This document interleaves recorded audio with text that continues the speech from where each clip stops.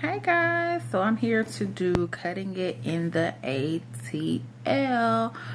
I didn't even get the episode number. Oh, this mess. Oh, my lips looks a mess. God.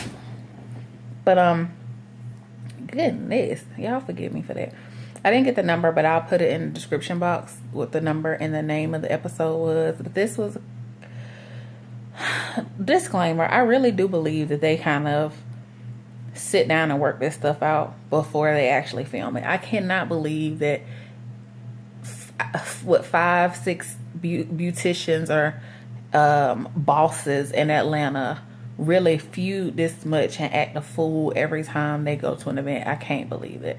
So I really do think that this is kind of scripted like most reality TV shows, because Deidre is just way too caught up in bringing Maya down. Like, that's her only mission in life. And dang, do you do hair?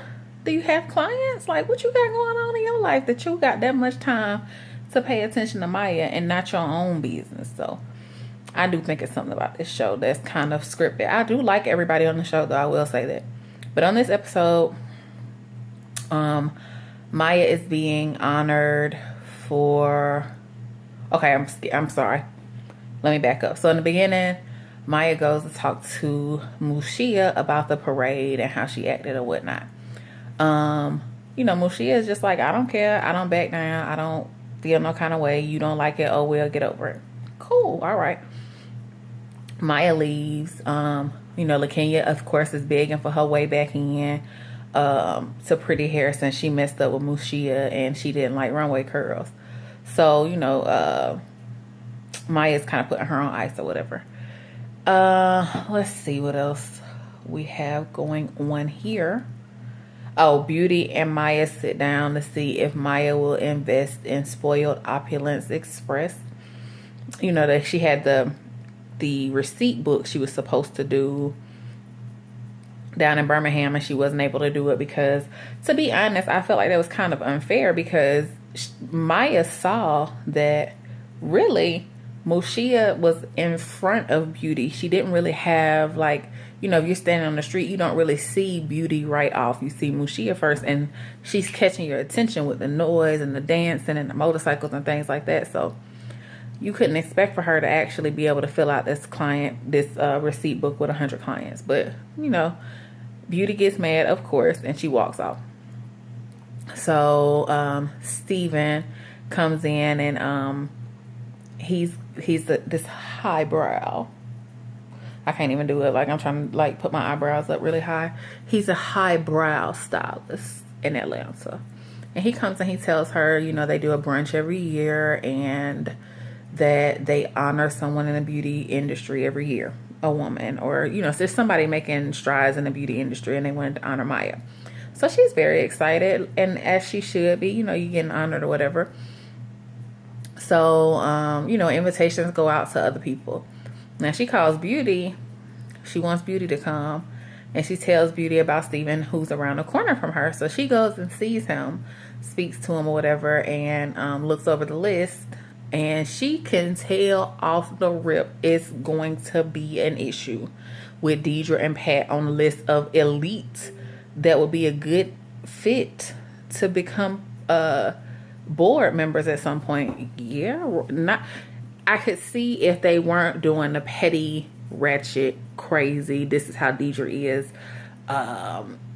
type of thing for us to really, that's how they want us to view Deidre, as this messy, ratchet type of person. And now she's on a list of elite stylists in Atlanta. She can't be that ratchet.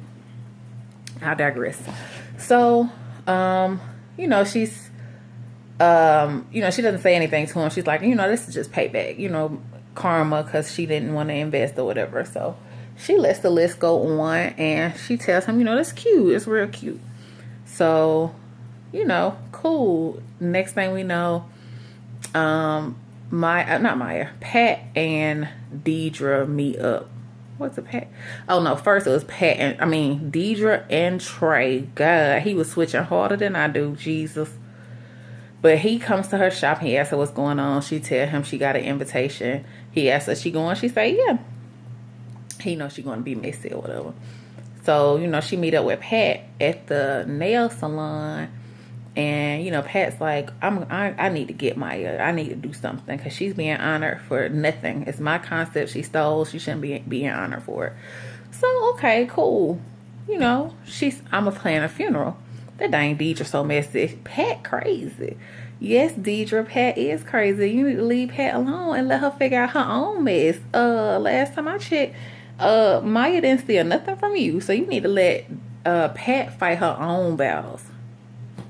So, you know, we're moving on. Yes, I'm moving through swiftly. Mushia decides she's not going to the brunch because she'd rather stay with her kids. And they are some beautiful little chocolate drops. I love it. I love every moment of it. So, you know, she stays with her family and she does that. She knows it's going to be some ratchet, crazy mess anyway. So, you know, she's not missing out on anything. Plus, she's like, Maya came to her shop acting crazy. So, you know, whatever. I don't need to be there honoring you. So, the day of the event, you know, Maya is, you know, getting prepared with her good Judy. Because, you know, she doesn't have a real man. She doesn't have a man in her life because they have to have so many requirements. But she always keeps a good Judy around. And I love me a good Judy. So I ain't going to say too much of that thing because I loves me a good Judy. So, you know, they decide to, you know, she's getting ready. And they go out together. Cool, you know. And she's wearing this bad white suit showing this whole breast area. It was cute too, and I love the little necklace she had on. LaKenya is going to give a speech to try to get back in her good graces, and she kind of does with the speech. You know, Deidre walks in, she's being extra over the top, coughing, laughing, doing the most. And then Pat comes in, they sit down, they listen to speeches, and then it's like in the middle of Maya's speech, they get up and start passing out obituaries, child. I can't with them. They done bought a whole hearse casket in the back, flowers, the whole nine. It's just way too much. So, you know, they just do that. They hollering, she a liar, she a thief. Of course, Deidre comes when she writing them bad checks. You know, because that's what she had put on her cake, the mug shot from writing a bad check, child. So, you know, it was just a mess. And it ends with them leaving the so-called funeral for Maya's career. And, you know, everybody's just like, this is ridiculous that they acted this awful.